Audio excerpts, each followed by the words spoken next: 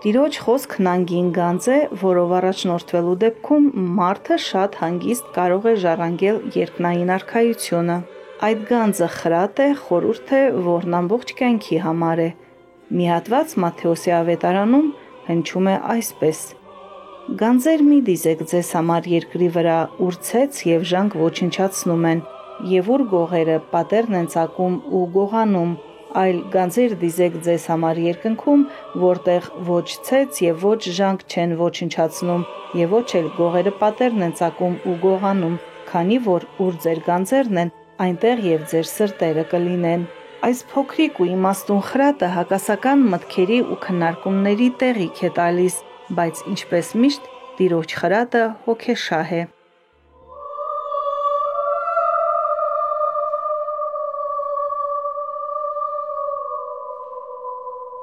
Հստակ և ճշգրիտ ըմբռնելու համար ավետարանական խոսքը հարկ է հաշվի առնել, թե ինչպիսի միջավայրում,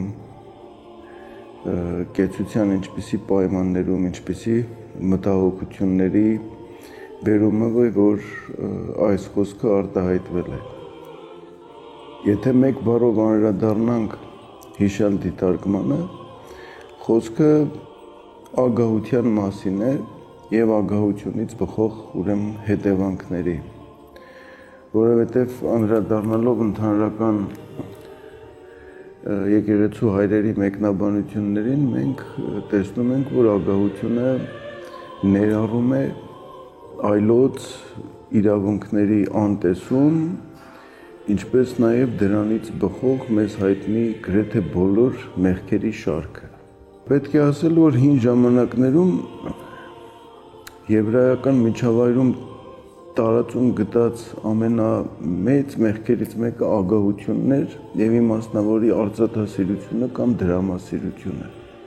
Հայտնի է, որ մարդու մեջ պատվավոր և առաջնակարգ տեղը պատկանում է Աստծուն, և երբ որ մարդը կամավորաբար, առավել ևս գիտակցաբար այդ տեղը հատկացնում է մեկ այլ բանի,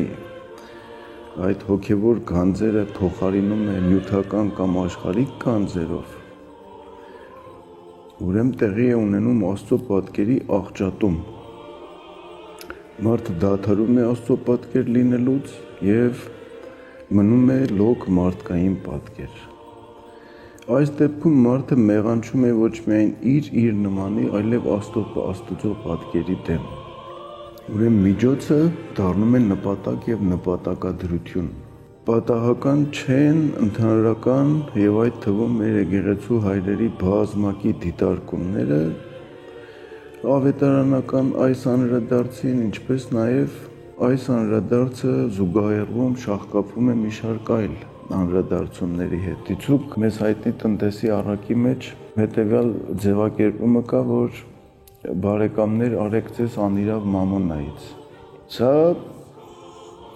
հստակ դիտարկում է, որպեսզի միջոցը երբևէ նպատակ չդառնա։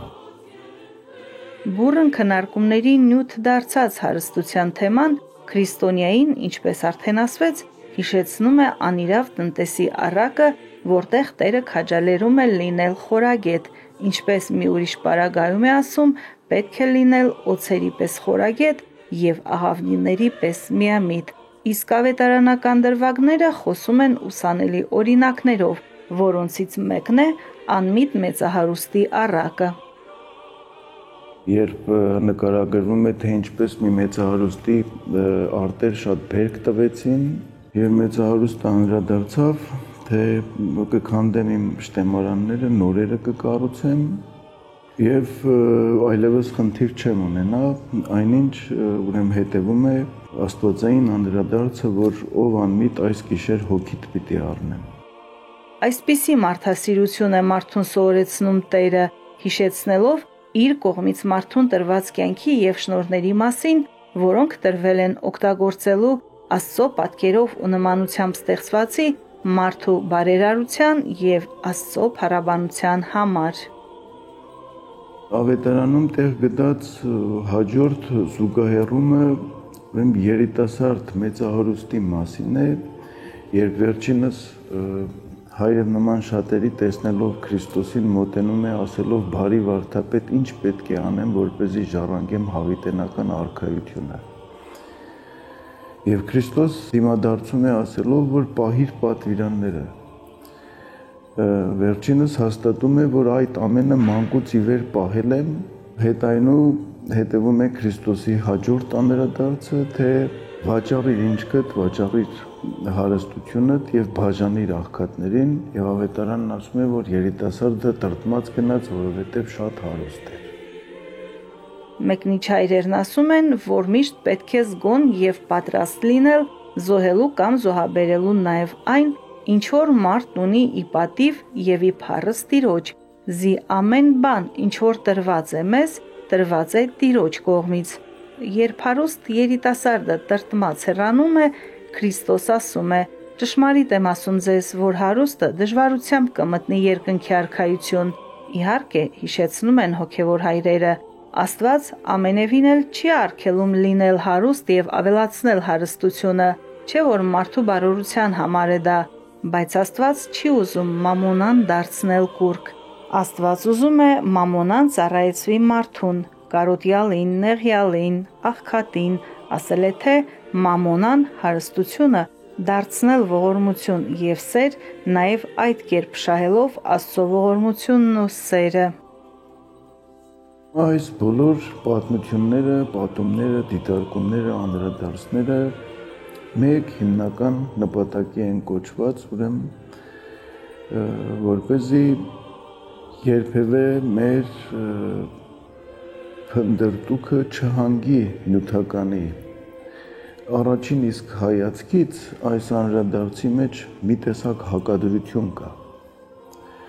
Եվ այդ հակադրությունն էլ կոչված է զանազանելու եւ հատկորոշելու, ուրեմն երկնայինը եւ երկրայինը,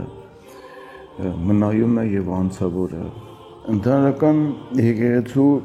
հայրերից Սուրբ Հովան Ոսկեբերանը, որը որ Սուրբ Գրիգոր Լուսավորչի գրեթե ժամանակակիցն է, եւս անդրադարձ ունի այս տողերին,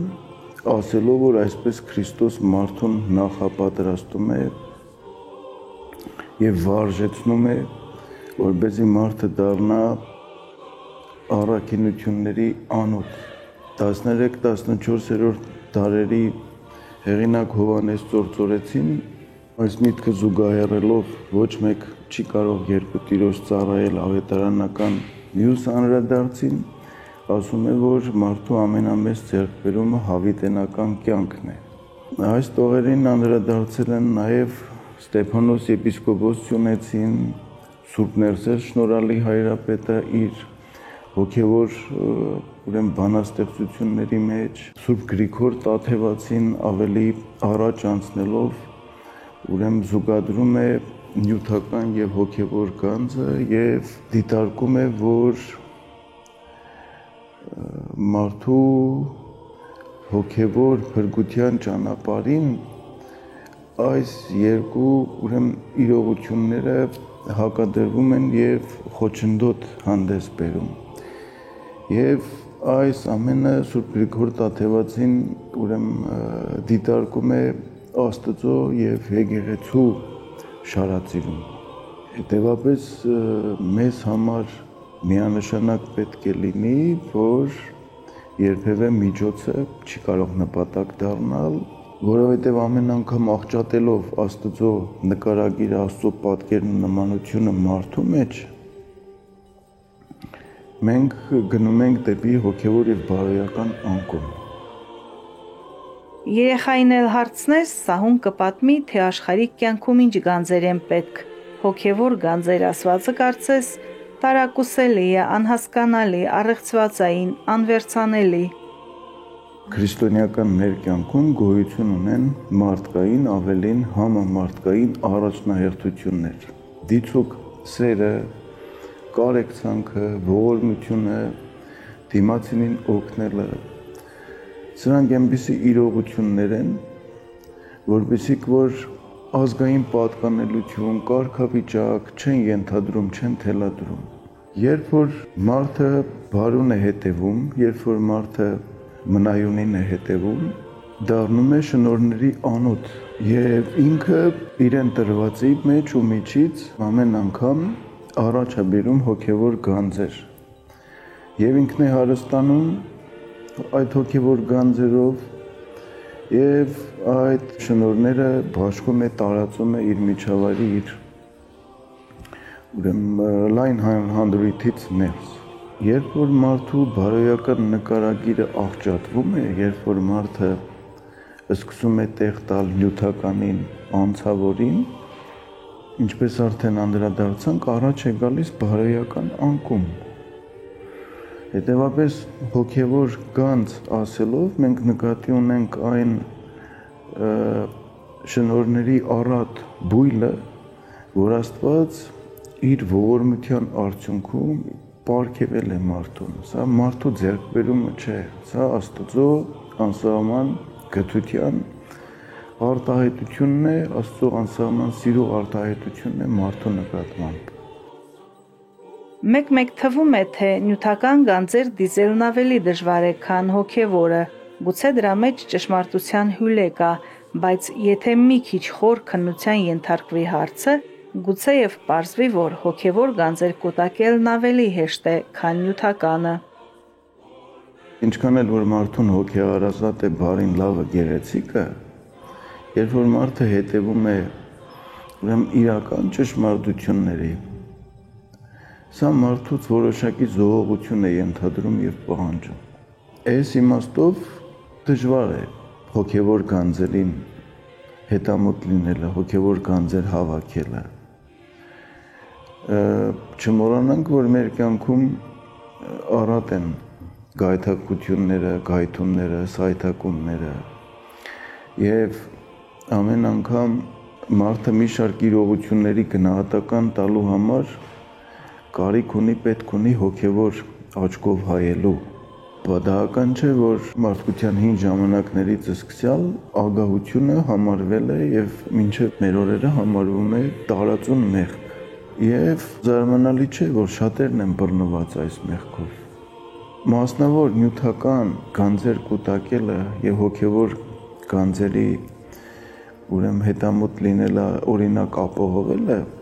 սկզբունքորեն տարբեր դժվարություններ են ենթադրում։ Եվ դժբախտաբար նյութական աշխարհով, նյութական կյանքով ապրող մարդուն, առավել եւս որը որ չունի բավականաչափ հոգևոր փորձառություն, ավելի հեշտ է հակելը, բեկելը, թեքելը։ Դրա համար տարբեր առիթներով ուրեմն մենք չենք զլանում կարևորելու հոգևոր ապրումը, անանց ապրումը, ուրեմն ուշադրությունը անանց արժեքներին, որպեսզի թե մեր անհատական կյանքում, թե առավել եւս մեր հանրային կյանքում ուրեմն տիրապետող լինեն հոգևոր գանձերը, անանց արժեքները,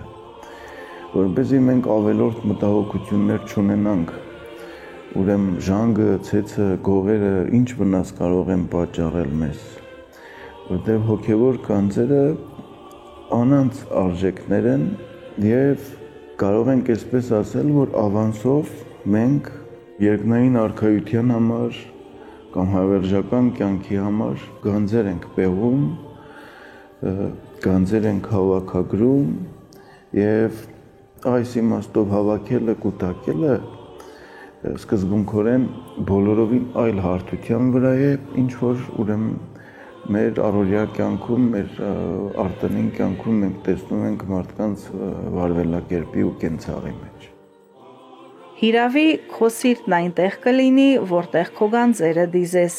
իսկ գանձեր պետք է դիզել երկնքի համար, ինչպես ուսուցանում է Սուրբ Գիրքը, եւ դրանց վերաբերվել որպես Աստծո կողմից տրված միջոցի եւ շնորհի, եւ դրանք բաշխել տկարներին ու քաղցածներին, պապակներին ու օտարներին, մերկերին ու բանտարկյալներին։ Քրիստոս անշուշտ կճանաչի ձեր գանձերն ըստ իր խոսքի, որովհետև քաղցած էի եւ ինձ ուտելիք տվեցիք, ծարավ էի եւ ինձ ջուր տվեցիք խմելու,